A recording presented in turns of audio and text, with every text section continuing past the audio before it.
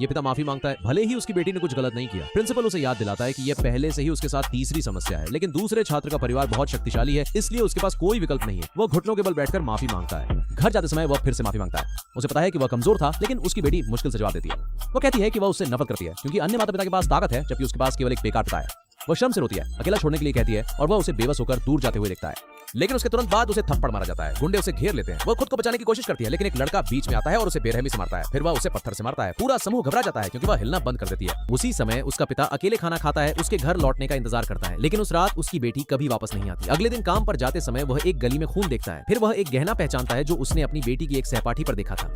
चिंतित होकर वह खोजता है, उस लड़की को ढूंढता है और पूछता है कि उसका बच्चा कहाँ है, लेकिन उसके साथ का लड़का उसे मारने की कोशिश करता है। वह अपनी टी शर्ट उतारता है, पास आता है, फिर पिता की शर्ट फाड़ देता है और वहीं ठिठक जाता है। उसके सामने अब वो एक कमजोर आदमी नहीं देखता, बल्कि युद्ध के वर्षों से तराशा हुआ शरीर देखता है। वास्तव में यह पिता एक पूर्व विशिष्ट सैनिक है। अब वो केवल एक ही चीज चाहता है, ये जानना कि उसकी बेटी कहाँ है।